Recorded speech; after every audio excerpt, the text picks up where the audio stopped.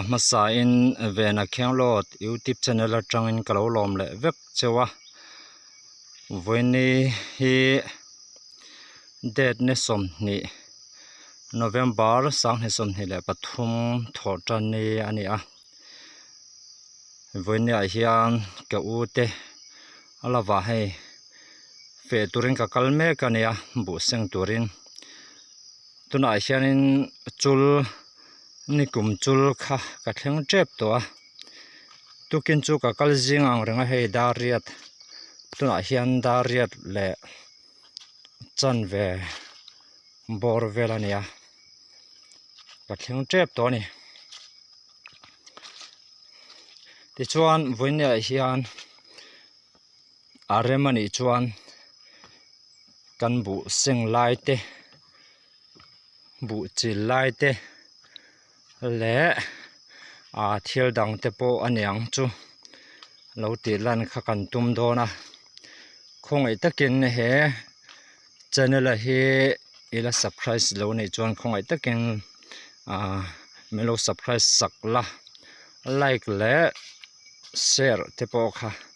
melon hu chia sak ve ngai la ti kha kan ngen chewa ti chuan he ka channel hi duangin ka ela in kol thei chi alawa a chana chu kema hi a boy nu reng mai he ka nia duangin video te kalo up ma theilawa then kha chuan a request na a te po khan book bang lampang te po kha request na kha a hei message te po hin kan mo zeu zeu thina tianga khanin a zong kha kalo teri theilawa men request tu te po men lo se thiam sam tur khan kan ngen chewa pathian in damna tha te min pe ni chuan lo ti chua in request na te kha lo ti puilin nge hakan tum don ani o ti chuan helai ka kalna hi nikum sang ni le som ni pani alo an nei na kha ani a hei tuna chuan ti hian a hnim vek to a he ta hian hei pang bal nikuma an chin te kha chu ala oma tuna hian lo lam ka pan meka melo thir tu zong te voinia in na thona hun sang ate in khwal chuana ate mun sang in omna lalpan a hruai zelang chuti hi karing tata kanomna mun apenga pathian hi bela pathian a ro chuan in ngana hi a om lo ni ti kan shet non fo hi turin ka hria ti chuan pathian hi boi pui lo ma ila sual hi kan boi pui don tho chu wang chuan kan rilru kan thinlung zonga pathian hi kan naya pathian kan bel chuan lalpa hi kan tan hian a tha em ani ti kha milo thlir tu zong te he ka channel la te ve tak mai mi ngai thu sak tu zong te mi support lat tu te kha kan share ve du chewa kan nun kong hruai tu tan kan ma hruai tu tan pathian hi kan man lo chuan kan taksa har sat na te eng mo kan to chuan nana khir khanina kan taksa a bom hun chuan pathian hena damna kan dil le thina chu ta chuan a tlai to thina ni chuwang chuan iwang lai hian siam tu reng ro ti kan hmua pathian thua kan that lai hi pathian hian kan chena phela sual setan po hian a phalani ma se pathian chuan thinlung le ti takazet ril ru lam hi a en thina ni ti kha kan hriat angaya kan wang lai hian kan siam tu hi kan that lai hian pathian hi i belang u ti kha kan soi do ni chuan a top bera chuan hei Christmas kan lo nei le ta lal thar che bai buk tur in thin khati chu anin buat se le mek to ni ta hian lal heroda khosak mi fing te po lal thar che bai buk turin an kala RC an ena RC nan ma hruai zela ti chuan engemaw laka RC en lo lai ha an lo nei ni om tak ani ti kar chuan lal heroda ina an valuat ani kha khosak mi fing te kha chuta an lu ta ka chuan lal heroda khan nau sen che bai buk turin kakal veang te in an buat se ve a ta chuan khosak mi fing te khan kan lut sual ani lal heroda ina kan lut ani te kha anin hre chuak ani tiang chuan ke ni po hei Christmas nau thar che bai buk turin kan buat se ya kan kal mek zela ti salam achun kan buat se na sa ni ma se kan ma hian sual sitana hian na sa takin min bei dona lal thar che bai kan buk kan hmuana tura hian eng angin nge i hmu ve don le zu le sa te nula tlangwal na mi pat mai chiat na te hian hmuh hi tum lo hran tu ang u kumina chuan kan ti ni kum danga khan kan hmang te na ni lovin kumina chuan thinlung zong in pathian hi fak ila nau thar che bai buk turin ti sale tharawa in bua seng uti kha kan som tak meu chu ni e ti chuan hei lo ma saber kan thleng ta helai hmuna hi pulal road moya hei ka u chi ani a ka pian pui ka unau ka u dik tak ani a alo kan thleng ta hei helai hi chu seng to na nia alo hi azau ang renga ala lang zo lo ni hei hi kum in lo masaber ania mau chan lampang ani helam himo ti chuan he ta hen pang balan tar phei put mai hei kong bula hian a boruak hi a theng thunom em mai ni ti hian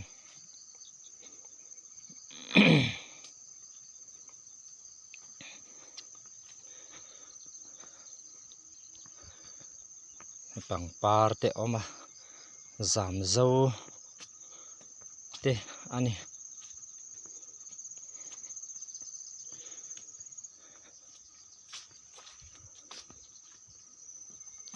lo masaber kan thleng to a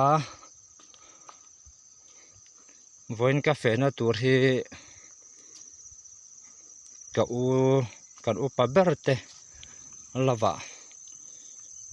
bu sengin ka kalmek ani a ti chuanin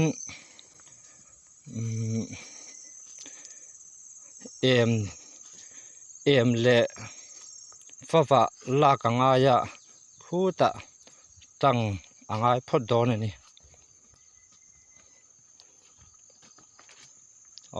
hei helam pang hi voin cafe na tur chu ania cafe na tur peng amai ro chu he lampang a hian ka kallok don ani khuta voin ka utelawa fe turan oma thiante an em le an fawa kha mi lawa an lo da chu kalak sak lok don ani ti chuan he lampang a chung ka lo chho to lawanga he khuta thlang atangin ka peng to don ani ti chuan kan lo la zelanga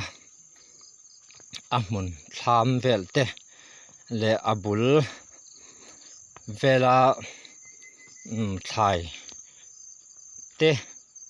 tin kan bu chil lai te le bu seng lai te po arem chuan lo la kan tum hei bu seng vela hian a zong zong hianin la khian nuam che lawa a chana chu mi lawa han fe ngat phei chuan mi bu seng laia camera lo lak deuh reng te hi thil nuam lo nia ani tu te ta na po khanin mi lo kha ni sia man le engemaw deuh kha kan ang dawna chuwang chuan ta po khanin min lo thlir tu te khan bu seng lai te kha kalo la rei em lo ni po khan in mi hriat thiam na kha kan nge ngal bok chewa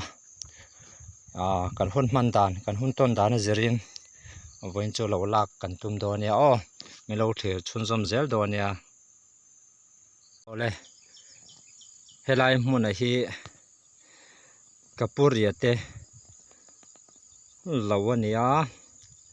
soita ang khan hei an doron le a chhungah hian hei fawa pahnih kan la ti chuan ka u te lawa chuan ka fe ka chho le dawn ani ti chuan helai hi an bu bun na ania helai te po hi comment lampang khan lo sui ula dikem bu bun na ti chuan helai hin hei fasuar kha a oma hi mau hian ti hian an siam dan hi a ul sam ang renga hei he ta hian a lawn chhawna step a oma fasuar chuan helai silpulin an tuam mi hi hemi hi an bu ania ti chuan helai mi po hi bu tho ania ta hin an thlam a kha a oma ti chuan hei vai thang a oma vai thamung som bor vel ani ti chuan ka u te lo lam panin ka chho to dawna alung len thlak khop mai hei nun hlui te min te hre chuak rum maya fasuar te han hmu te hian kanu khan December ni somni pakhat sang ni somni pakhat khan min boral san tu an dam lai khanin min hruai vena sa lawa te yang fasuar anga te hianin bu abun thina kan la te ve ang renga ta khan kan zui ve theilo khan hei sui vek to lo me ang nu ka ul ti tat mai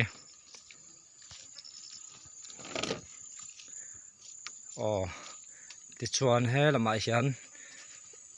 kan chhawanga hei helai hian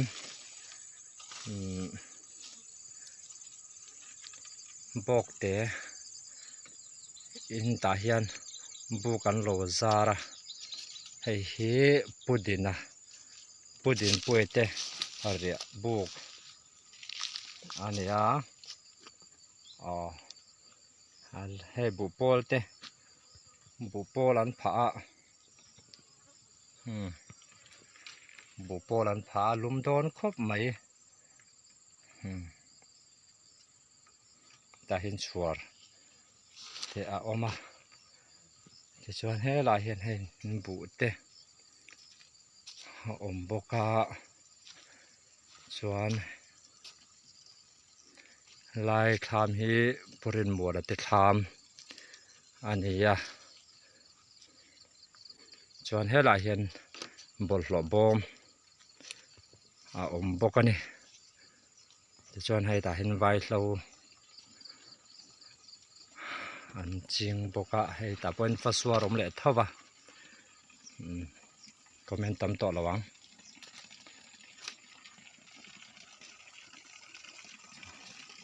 chuan helai hian hei tui nuam deuh mai a awm a tah hian an in bual thin ani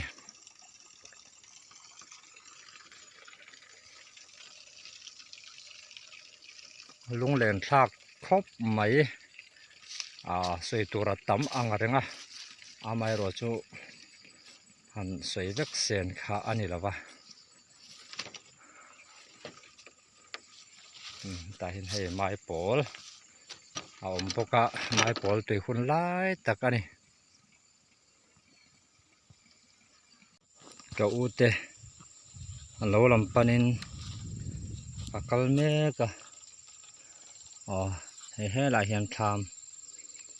a awm ve le bawka tichuan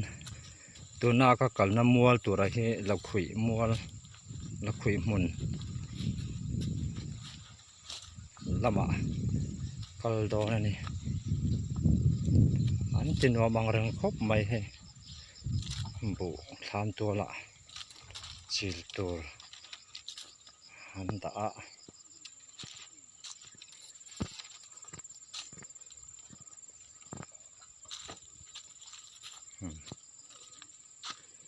hei hian bu chil tur ania in eme kalo tah hian marcha oi marcha tam khawp mai lo nu nui te lawa chuan tah hianin kalanga helai hian bu tha khawp maya he lama pawh hian he a awm zela a lu lampangah te chuan hei a then hi chu bu a tuna sa ang a renga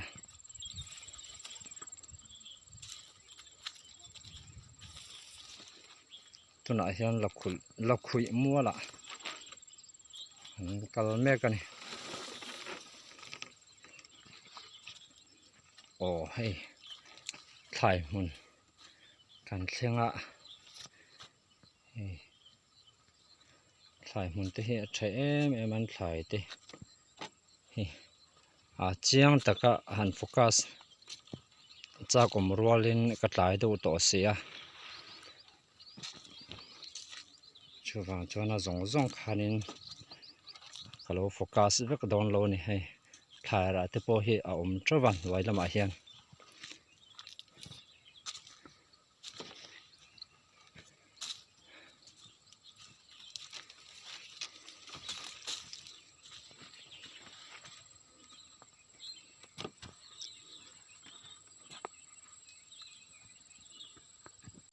tunah hian la hmun lui kan thleng dawn chi ani hei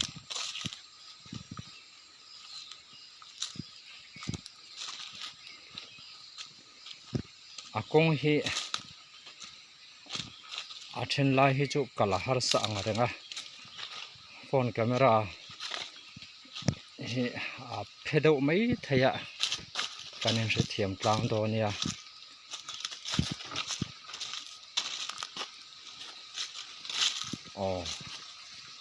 tah hian hei tui a lo khawh teuh teuh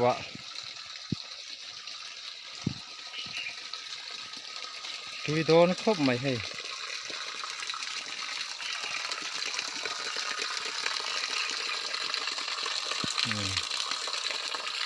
tah hian an in bual thin ani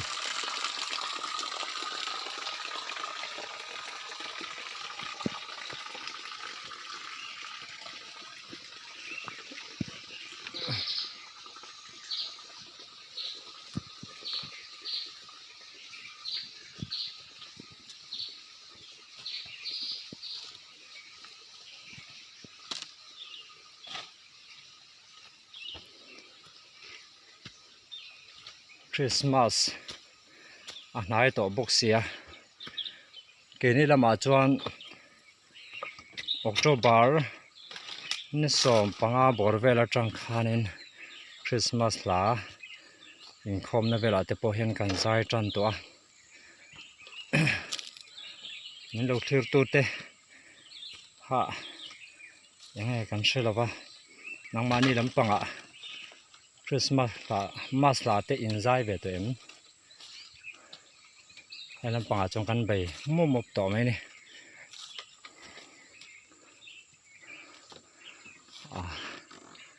ni kan lo tilang le zel do nia ole hei tuna hian bu an seng le me kani vani soi tang kha November ni somni sang ni somni le pathum ani a he ta hian bu chil lo a oma he ta hian mi pasarin bu an seng me kani he an seng chak khop mai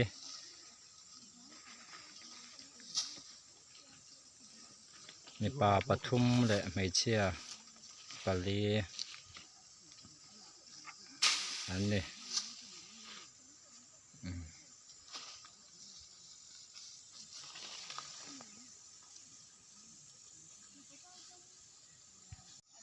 tuna hian bu an seng me kani he mi pasarin bu an senga lo hi azau ang renga hey tuna hian dar thum le achan ve are towa heta hian hei duatani hin bu kan hlapa tam ang renga a kan chil ne lo poni lova a tir kan thlen tir vela khanin alo omsa treu to omsa te kha alo oma wang khan chil lo kha oma wang khanin kan hlap a hei ti hian mi pasari sen khi chu kan pani henin kan chil ne chuarin oma mase soyang khanin kalo thlen tir vela khanin jinga kalten oma wang kan an lo laman treu to kami ne wang khan kan ne lo deu ne lo ti la hemi ti chu a tril do he na hen kan bang chep to ni mi ip khat em khathian lak chuan kan bang to do na ni ti chuan min request nang khan book bang vel te po ka kar le lama chuan dam om chuan lo ti chua kha ka tum to do na ni book bang en chak boka heta Mizoram pon Tripura lampang de tang te khan request na ka donga ka lo te chuak chep to ani yan zawri hey bu seng chak khop mai bye bye bye bye bye bye seng chak ani hey seng chak khop mai a chak te hi chakania mi patam tak khianin lak ne lo mai the nia chak takani chak tak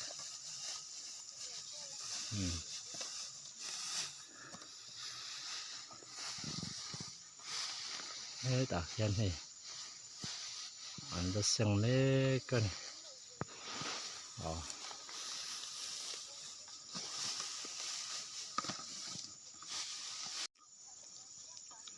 tuna hian bu seng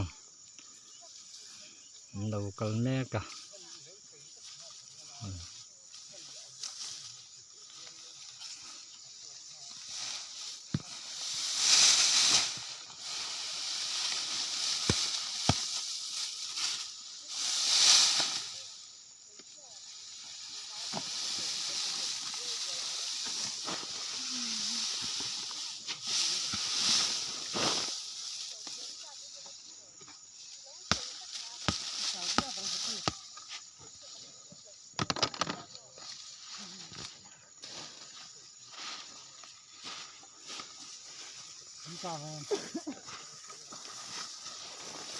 na hian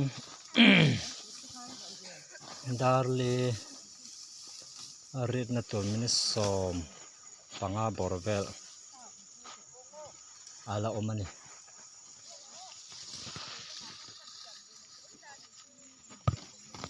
วันนี้นี่สมนี่November sang ni som ni pathum aniaวันนี้ก็อุติลบะกัลมาก็สวยตากังการก็อุติลบะกาแฟเฮ้ยคลาสสิกฮิโจนี่อะไรต่อละวะสมปนี่หนูลำปังจังไปจนนี่เฮอะไรต่อละวะนี่ที่เฮียนทุนอาโปเฮียน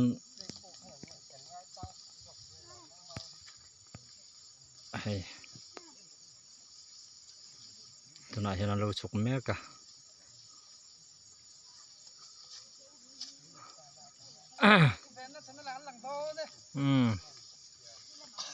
เฮ้ตาเห็นนี่เตียเราพัสดุระมาลูช่วยให้อันนี้ให้การเสียดช่วยอังYouTube channel ตุนไลลาร์อันนี้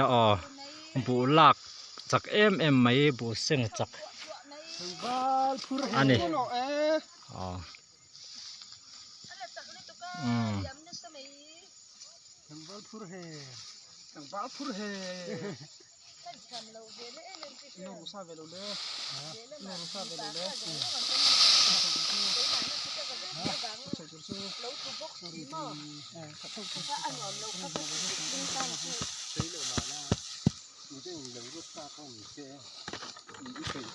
วันนี้ตาหน้าจวน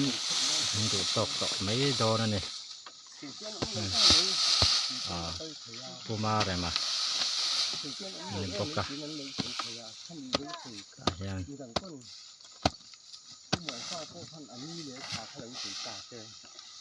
ฉันบาดเจ็บเจ็บแค่กันวัยไล่เงี้ยคิดมากถึงตัวเจ็บได้เงี้ย